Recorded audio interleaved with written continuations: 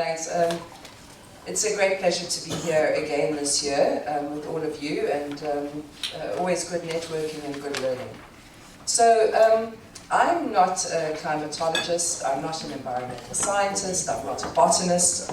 What I am is a woman, a mother, and I'm a human. And I think that we've forgotten what it means to be human. You know, that comes from Middle English humane, which really refers to our nobler aspects. And in Africa, we talk about umuntu, or ubuntu, which is an ancient term that means the art of being human in a society, one concerned about the common good in one's personal and communal life. So I'm a human who recognizes that all is connected, and like all of you, who's deeply concerned with the state of the planet and the state of our society, the planet being our only home. I started life in the north of England, a very, very polluted area. My grandfather was a coal miner, and he, as a result, had terrible lungs, suffered great ill health. Because of that, my own father became obsessed with health. My father was Mr. Universe, 3 times Mr. Universe. In fact, he was Arnold Schwarzenegger's mentor. I work today for healthy people on a healthy planet, so I have taken some of what my father started.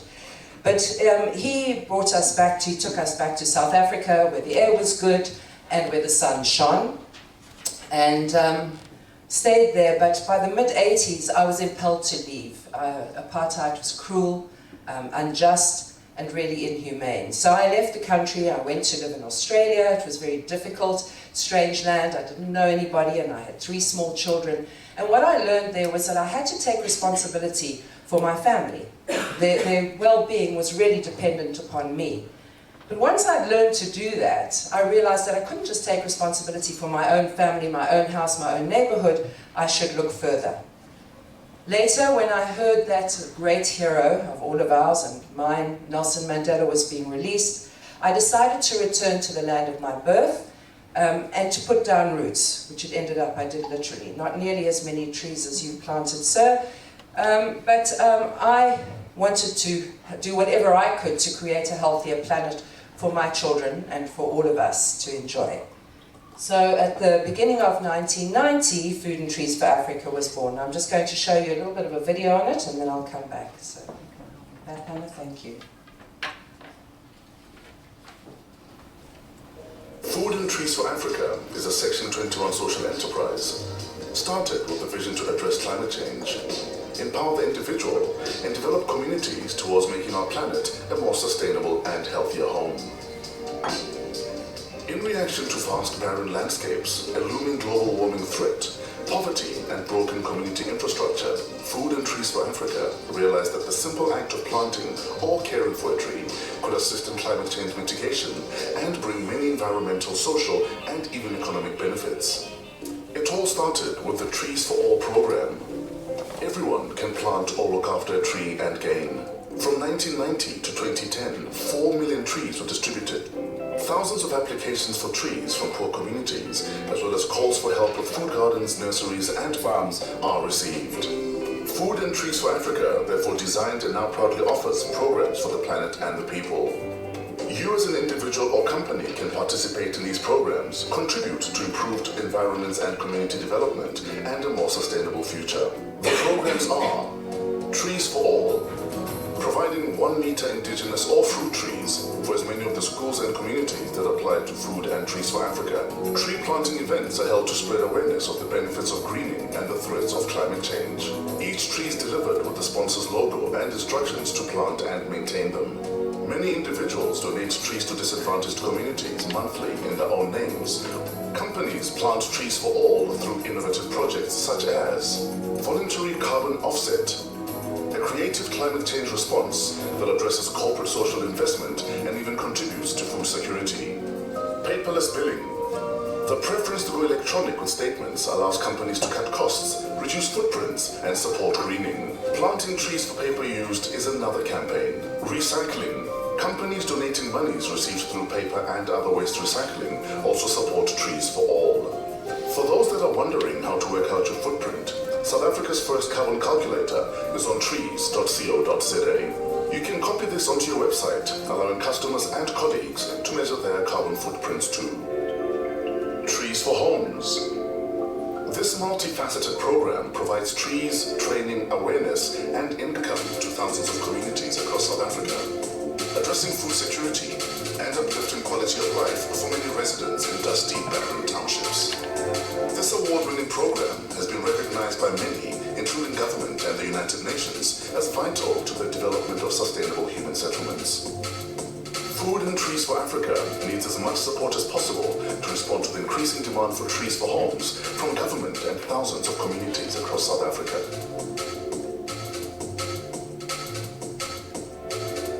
Thank you, and then that means our village is going to change to become greener so that you're going to live a healthier life. A worthwhile investment indeed. Funding of around 100 Rand per tree includes a fruit or indigenous tree of 1 meter, meetings with community elders, selection, training and employing community educators, educational materials, sponsor branded events, tree tags or stickers, door-to-door visits to homeowners, project management, follow-up assessments at 1 week, 6 months and 1 year, and full reporting. Trees for Homes contributes to our people and the planet, supports the United Nations Billion Tree Campaign, and invests in our future. Good boy. Food Gardens for Africa has a vision of enough healthy, safe, and diverse food for all, forever. It can be achieved by generating a critical mass of awareness, nurturing food sovereignty, and fostering networks of projects. Food is one of our most valuable resources. Planting our own garden is a step towards a positive attitude, a step towards self-empowerment and eradicating helplessness. The cabbage is coming from the garden. Every day we cook for 700 children to eat. Every day. Communities need to work hard and to commit to their projects. Food and Trees for Africa has learned that food gardening projects need support for at least 3 years.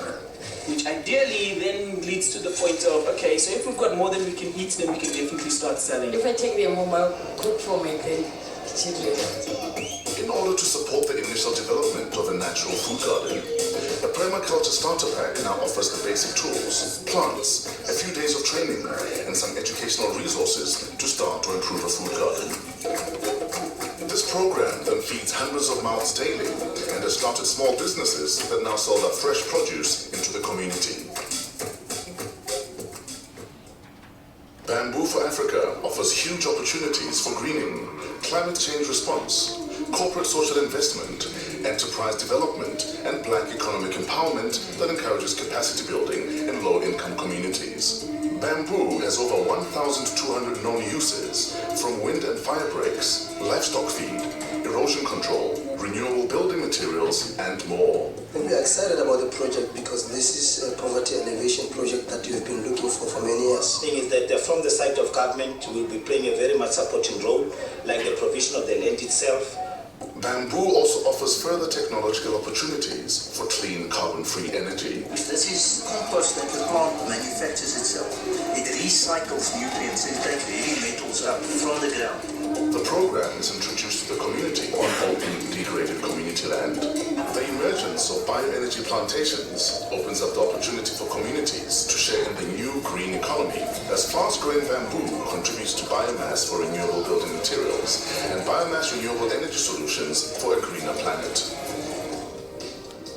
Feed is about growing food, farmers, and fortune. The average starting size of a farm is 4 hectares. So the vision of Feed is to develop clusters of farms that are owned and run by these emerging farmers, by the communities themselves. I can see it growing and it's doing a good thing for the community. It's creating jobs here. We have got 2 sets of beneficiaries. There are those who will take over the project, they will run it as their personal business. It will open job opportunities for them. They can be able to produce their own food. The project then becomes a source of income to the members. So it's a longer video, I don't want to take up too much time, but as you can see, really 24 years later, sorry.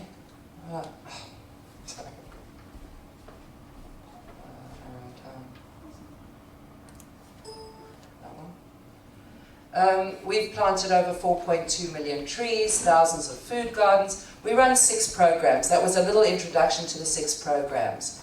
But in addition to that, we've won a lot of awards. And really it's not about the awards, but the awards have really given us much credibility with government. So we've been able to influence government policy in South Africa. We're the people, for example, who've taken Arbor Day to Arbor Week to Arbor Month.